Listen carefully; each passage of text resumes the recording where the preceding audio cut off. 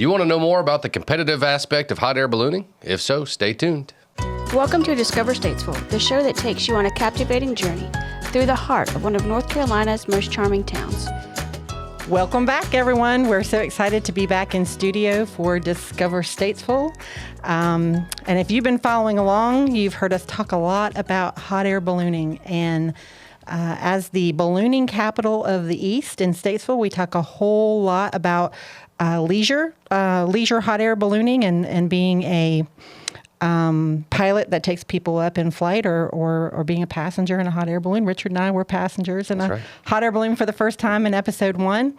And today I am very excited that we are going to be talking about the competitive side of hot air ballooning. So today we have with us Mr. Drew Edgerton, to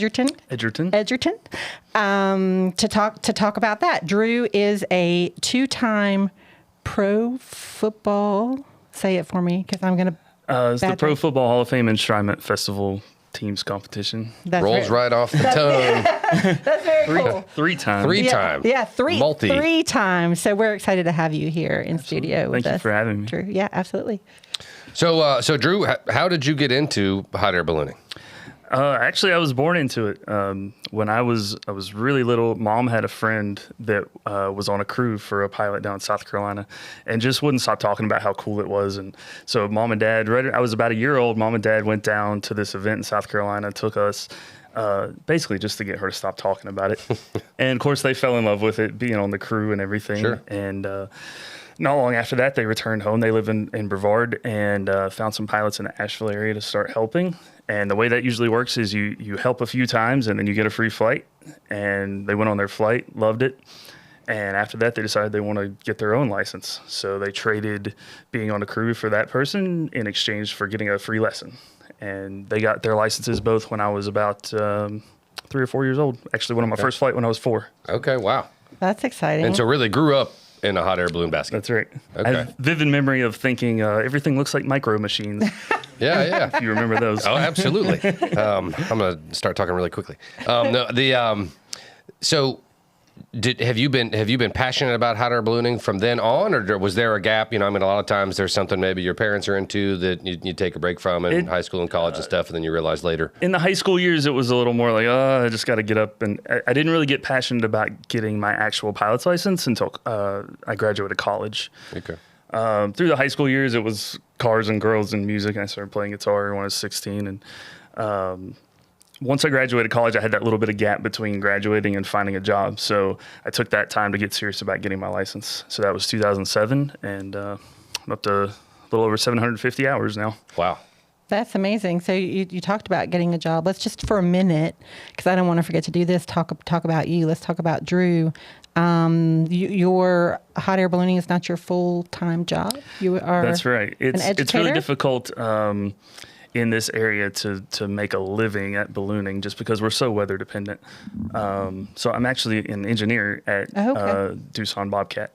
So I've been there for your bride is 10 years now. Yeah, I don't know why I thought you were an educator, but there's a lot of teachers in ballooning actually, yeah. But I do like to teach ballooning. I've given a lot of lessons and helped a handful of people that are pilots in the area now get their certificates. So that's something I'm pretty passionate about outside of competing. Yeah. So this timing of speaking to you, I think couldn't be more perfect, because we are a week and a half. So not this weekend, but the following weekend is Carolina Balloon Fest, the 20th through the 22nd, which I know you're very involved in. And everyone thinks about the beautiful balloons and the ascension and, the music and the festival part of what goes out around there. But I think it's really important, and we want you to share with our listeners the competitive aspect of what is going to happen at Carolina Balloon Fest and what that means, like what they can come experience and watch you guys doing. Can you share that with us? Yeah, absolutely. So the number one question that we always get is, how do you steer a balloon? Because, we're just floating along with the wind, right? So from the outside in, that's all we're doing. But in actuality, as you go up and down above the ground, you can find different directions and different speeds of wind. And some days that difference is very small, and other days it can be very big. So typically, if the wind is blowing, let's say straight to the north, right on the treetops, and we go up higher, we're going to turn more to the right. Every day is different, but that's typical. So when we're competing, it's not about racing because we're all going with the wind. So we're all going to get there at the same time, right? But we're using those different directions to go up and down and steer to a target as accurately as possible.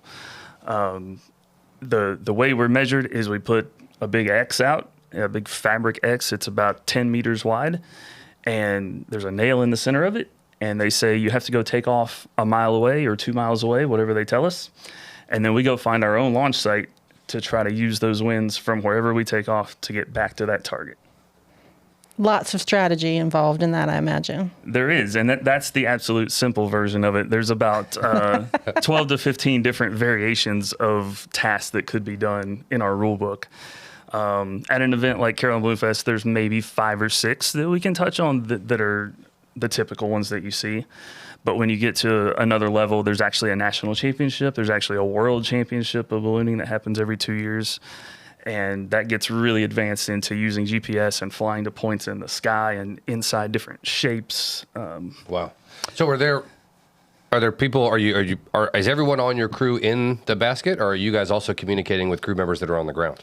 Most of the time in competition, I'm flying solo. Okay. Other people will fly with someone maybe to help them navigate, but for the most part, I fly solo. And checking radar and everything, doing all that stuff yourself. Yes. Well, so we'll have first thing in the morning, we actually have a briefing for all the pilots at the tent. They're on the field, and they tell us about the weather, and then they give us a task sheet. And on that task sheet will be the 2 or 3 different tasks that we have for that morning, and it'll have the coordinates of where we're supposed to go. And then we do, roll call, weather, all those generic things, and then they say, okay, go out and find your launch site. So you're getting the target. You can launch from wherever you want that you think is going to get you there. That's the typical for the morning. Okay. So in the morning, we'll have the target there at the airport, and they'll say a mile or 2 miles away. So if somebody comes knocking on your front door first thing in the morning, if you live anywhere near the airport, please let us use your yard to take off from. Right. Put clothes on and then answer the door. And... We do see people in their robes and all variations of that. Yep. Coming out to say hello. I'm sure most people embrace Most people it. are very cool with it. And we do our best to try not to damage anything, of course. Yeah. So is this truly, this part of Carolina Balloon Fest, is it a spectator sport? The attendees can watch? Yeah, absolutely. We've been getting some pretty decent crowds, pre-COVID years. There was some pretty big crowds out there. If you want to see competition, it's best to come for the morning flights, which can be tough for people because it's at sunrise, right? But if you come to the airport in the mornings, you can actually sit just outside the scoring area and have a really awesome view of us coming into the target. Well, I haven't seen the competition side of it yet, so I'm looking forward to watching I actually that. haven't. It's impressive anyways, and then having been in a balloon now, it's even more impressive that you could, that there's any way that you could dial it in from wherever you decide to launch from to get to a space that small. And some days better than others, but there are times, depending on the winds, if there's enough what we call steerage, which is just the difference in that left and right, how many options you have to choose from, that you need to be able to put your marker on the center of the X, basically, to be able to win the task. Wow. So how many people will be competing this year in Carolina Balloon Fest, do you know? So I think total balloons were around 50. There's usually a handful of those folks that don't do the competition and just take off there from the airport. So you'll also get to see balloons launch if you come out there. Right. I would guess somewhere in the neighborhood of 35 to 40, though, that'll be actually competing. Oh, wow. Within that, there's subsets of people like me that are very serious about it. And then there's other people that are happy if they just see the target from a distance and they're just out there to have fun. Very I'd cool. say that, but we're having fun being serious about it. Hey, man, I do have with And me it's a minute. a marker, so this is what we use to throw at the target. So this is just a fabric streamer. It's 5 or 6 feet long, and then this particular one is leaking sand. You can see it really doesn't weigh much of anything. Yeah, what did I read? Like 70 grams? 70 or- grams, Yeah. so 77 grams, yep. I was watching a video of you competing the other day, and you swing this almost like a lasso, it looks So like. basically the only rule is you can't throw it with it rolled up. Okay. So it has to be unrolled, but now not you baseball. I will do this to where it's pouring sand over. Yeah. I can have it in my hand like this and just drop it. It just has to be unrolled when it Okay. lands. Okay. So ideally, we can come down as low to the ground as possible. If we touch the ground or any of the trees, that's a penalty. But if not, we can come as low as possible and just reach out and lay this on the center of the target. Cool, that's man. the ideal scenario. Sure. If you're further out than that, throw it like a baseball or grab it by the tail, wind it up. That's what I throw was it. seeing you do. But even the best people throwing markers, you can only throw that maybe 100 feet if you're lucky. Oh, I'm surprised you can get it that need to far. be pretty Yeah. close. Yeah. The other thing to note is if you're up at any altitude whatsoever and you have speed, these things are so light, and with the streamer, they're going to drift. So if I'm even just a couple 100 feet off the ground, I have to let it go early enough that it's going to drift to the target on instead down of there. going on past it. So to win something like the Pro Football Hall of Fame competition that you're at, We can talk about Carolina Balloon Fest because I've won that 3 times as well. Well, Yeah, okay. so to win, to Game win a on, people. competition like that, I mean, how close do you have to be to a bullseye? Every day could be a little different. If the winds are challenging, if it's faster and maybe there's less variety of direction, you maybe don't have to be as close because it's going to be more challenging to get there. If the winds are slower and you can go anywhere from here to here and we need to go this way, you need to be pretty much as close to the center as possible.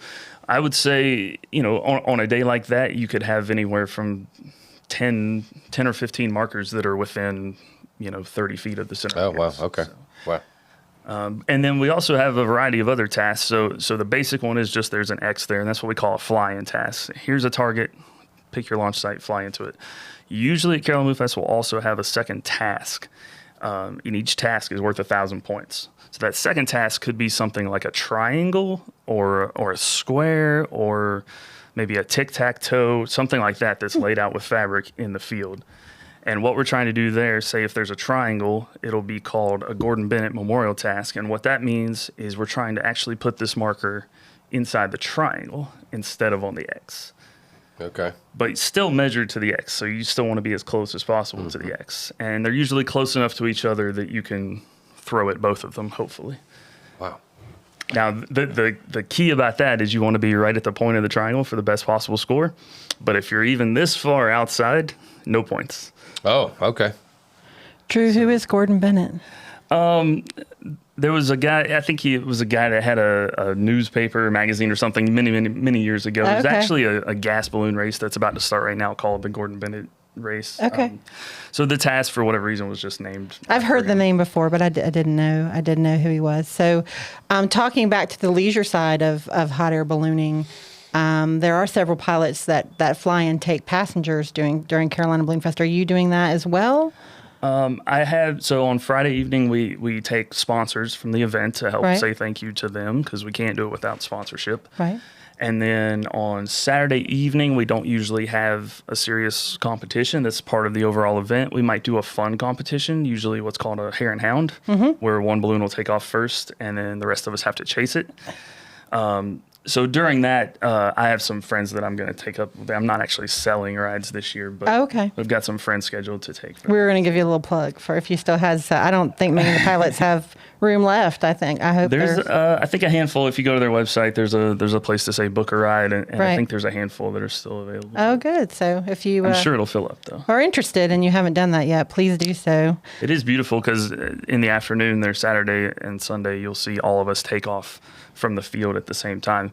The thing about the competition is we're all taking off from different places. We'll get a little bit spread out. So from the spectator perspective, the afternoons is where you'll see all of us in the same place at the same time. Well, I personally, I've seen that before, but not at Carolina Balloon Fest. I've seen that out at the balloon port. Sure. There's 20 of you, I think, that took off Sometimes. last time I saw it, which is amazing. So, when we first started talking, you talked about growing up and having to get a job in Girls and Guitars, and but then you also talked about it being a family sport and falling in love with ballooning. So, speaking about falling in love, your wife Taylor is also a balloonist. That's right. Right? She had actually grown up in Statesville, but never been around balloons at all. Had never been to the Balloon Fest even before. And then once we met, actually on our first date, I already had a flight scheduled. And I said, hey, if you're not doing anything this afternoon, come out and hang out with us.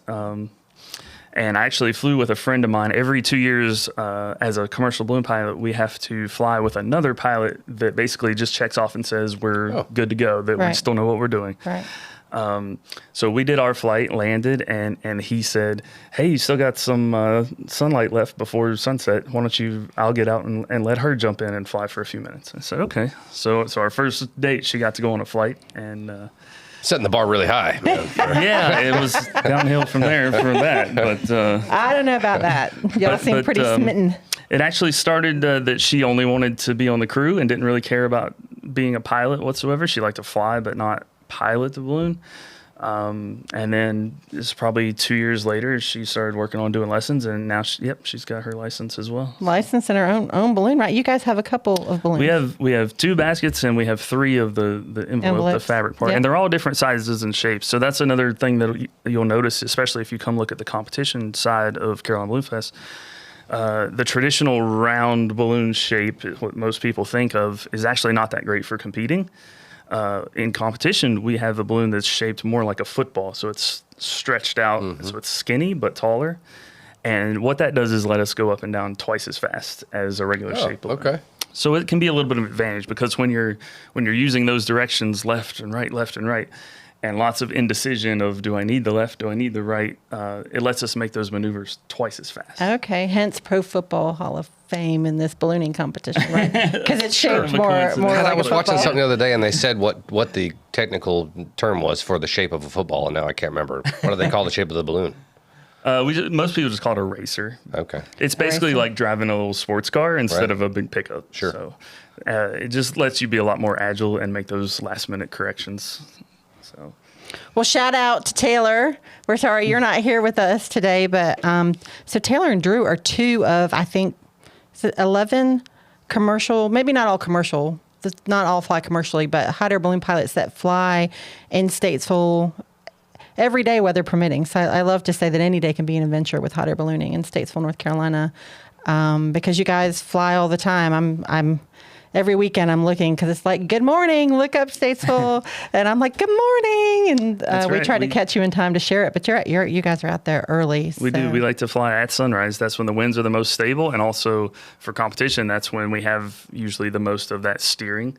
Later on in the afternoon, that kind of signals down into one direction and gets a little gustier. So First thing in the morning is the best time to go for sure. Well, and talking about every day can be an adventure outside of Carolina Balloon Fest, there's some other events that a lot of the pilots get involved in. One of them coming up end of October with Equivation. Am I saying that right? I think you're integrally involved in that. Or can you tell us a little bit about that? Because that's a cool event. Sure. So similar to Carolina Balloon Fest, when we have after the evening flights, when we do the glow, where we set the balloon up in the dark and we don't take off or go anywhere because we have to be able to see the land, so we can't fly in the dark. But it's really beautiful to see the balloons just light up all different colors in the night. We're going to do the same thing there. It's a wonderful nonprofit called Equivation, and they're based up on Snow Creek Road up in North Iredell. And they use horses and other things as therapy a lot for kids that have had traumatic issues and things in the past. So it's a really awesome charity, and they asked us to come help put on their big fundraiser for the year. So we're going to have 10 or 11 balloons up there as a glow for that. And we're going to try to synchronize and do things together like that. But also, I think they're going to have food and some other activities for the kids, and we're going to make a trick or treat thing out of it as well, since it's right there at Halloween. Okay, is this the third year? Second year this year. Okay, we were able to come out last year and bring Brandon some emo. That might be the first time I saw the racer. Okay, because I was like, it was brand new back then. Like, what's wrong with that balloon? But what it is, it's a fancy competition balloon. It looks very, very streamlined. Right. And you guys also, I think for a couple years out at the soccer complex. I was going to say, they did that as another fundraiser. I can't remember who you guys were raising money for, but so we did. I think mostly Iredell Christian Ministries food drive collected cans and also collected a bunch of money. I can't remember off the top of my head now how many 1,000 pounds of food and everything. We were around a ton of food, and then several $100s in donations. So that's another thing that's not an official organization of any sort. It's just a handful of pilots that say, "Hey, let's get together and do what we can." Right. It brings people out. Traffic can be an issue for sure. So that's something we don't plan a whole lot ahead of time, but now, once Balloon Fest is over, we'll get a little more serious about trying to set dates for that. Yeah, well, let us know how we always like to help when we can, so let us know how we can help. So I'd love to hear. I mean, you told us what you do in Doosan, and it's funny because Richard and I very busy through the week, but we try to at least take a few minutes to talk about the guest we're going to have on and have somewhat of a plan. And I was speaking to him about you coming on, and so he starts talking about you playing, and it took me a minute, and I said, playing? Drew's a musician? And he said he absolutely is, and was telling me a little bit about that. But tell us a little bit about that, like the other side of corporate Doosan engineer, hot air balloon pilot Drew. It's kind of like ballooning. It's another way to spend a lot of money and not really make any. There you go. Being an engineer helps pay for all these things. But yeah, I started playing guitar, like I said, when I was 16, and then I started playing mandolin at about 18. Fell in love with bluegrass at that point. Going on, 20 years now at this point. Sure. I've been playing mandolin, so not really playing with a band at the moment, but I guess the next thing we have coming up is a jam down in Cornelius at Old Town Public House there. We're going to do that once a month. And just go to little camps and things and just get together with like-minded mandolin players, and it's just a fun little hobby. It's not something I'm going to take seriously enough to quit my job by any means. Well, if people dig, there's videos of Drew playing mandolin on the Little Toe and Frankie show from That's true. more than once, certainly. You need a nickname because he's already got one. Well, Little Toe, Frankie. We'll have to. We're 10 episodes in now. Maybe we can right. think of something. For the listeners Something who do not appropriate. know, Richard, few years back had a radio show, Little Toe and Frankie, and you guys all need to jump on and comment and say, "Bring back Little Toe and Frankie." Yeah, They good do luck. still have the burger. That's right. They do. The burger still exists. That's Yeah, right. we have a restaurant If in anybody town. sees that burger on the Broad Street Burger Yeah, menu, Broad Street that's Burger. where it came from. That's right. This is the third show we've talked about that burger. That's right. Well, it's worth. I love it's it. worth trying. So, if people want to see the competition aspect of Balloon Fest, they need to come out early Saturday. Saturday morning and Sunday morning is when Okay. we're going to be doing the competition. So. Okay. And And what it- we usually have there is 2 targets or 2 tasks at the field, and then probably one more that's on past the airport. So not really much of a spectator thing there because we don't know where that's going to be until we figure out what the winds are going to be that morning. And in the afternoons, we might do kind of a fun thing, like I was saying, the hare and hounds, but that usually doesn't count to the overall. Mm-hmm. And then the overall champion, we add all those things up for the whole weekend. Each one's worth 1,000 points. And whoever's got the most points at the end wins. Okay. The last time I won out of 6,000 total points possible, I beat the guy in second place by just, I think, like less than 10. Oh, really? Okay. So it's tight competition. That's right. And I think it's cool. This is a good reminder for people. You know, if you come out on Saturday or Sunday morning, you can be up close and personal. It's not like yeah. you're having to watch these competitions from 100 yards away. You can be right there at it, Right. watching you guys drop down, They drop your do bag. have a scoring area kind of marked off, and officials standing around, make sure if you're sitting out there and you see some balloons kind of coming over the edge of that, make sure you're looking up because somebody might try to hurl their marker a little further than they actually can. And Right. so keep an eye up. Score yourself a marker. That's like catching a foul ball, man. But Drew, if someone wants to spend the weekend or an early evening with you and Taylor, how do they get a hold of you? Like the names of the balloons, and I know you guys are on Facebook. We are on Facebook and Instagram, and have a website. It's Aerolina Aviation, like Carolina, but just Aerolina. Okay. We do, a handful of rides a year. We don't book as many as some people do because we also like to keep it fun, and all of the next month or so, I'm just practicing competition to get ready for Balloon Fest instead of selling rides. So Yeah, I've been seeing your balloons as backdrop. Your balloon as backdrop in pictures out at Windsong Flowers, with Catherine out there at Windsong Flowers. They're just hot air balloons are just beautiful. But if you want to learn more about the sport of hot air ballooning, Drew has been kind enough to write a blog for us. So we will be putting a link to that blog here in the comments of this show. And it also will go out in this week's newsletter tomorrow. It'll go out to all of our followers. So you can learn more there if you'd like to read the whole process. He's given us some great pictures to kind of show all the great things you talked about. And we also have a story about Drew and Taylor out on statesvilleNC.com. We have a list of all the hot air balloon pilots, and so there's a story, I guess, about you, and then we've added Taylor in there as you. I think it was written. You weren't married yet, so we probably need to revisit that. But there's a lovely picture of me about a year old inside a balloon for the first time. that's right. Oh, awesome. So telling the whole story. So we're glad to have that and be able to showcase that and celebrate hot air ballooning here in Statesville. So we appreciate you being here with us today, Drew. Absolutely. We'll be Thank you, there guys. cheering you on. I hope Yeah. so. Okay. I want to hear Yeah. you. We can definitely hear people cheering from All right. there. So Is it like a team name? Is it Aerolina Aviation? I mean, how are you entered into the competition? Or am I just like, let's go, Drew? it's just under our individual names. We do like to work together with people. So one of my best friends from Ohio comes down and we always work together on the radio with each other, but it's not an official team. Okay. All of us are just individually trying to be the best. So if I'm just yelling, go, Drew, that's right. what I'm I'll supposed hear to. you. Okay. So, guys, Carolina Balloon Fest, October 20th through 22nd, right here in Statesville, North Carolina. It's the 48th annual. You can go to carolinaballoonfest.com to learn more. Or, as always, tune in to statesvillenc.com, read Drew's blog about competitive hot air ballooning or just his story and his family story on how they got into it. We appreciate you. Until next time, thanks, Drew. Thank you for joining Discover Statesville. You can email us at discover@statesvillenc.com. Check us out on Facebook at Discover Statesville NC, hashtag Discover Statesville, and our website, statesvillenc.com. Catch us next week as we continue on our journey to uncover the hidden gems, culinary adventures, entertainment, and to be inspired and enlightened as we discover Statesville.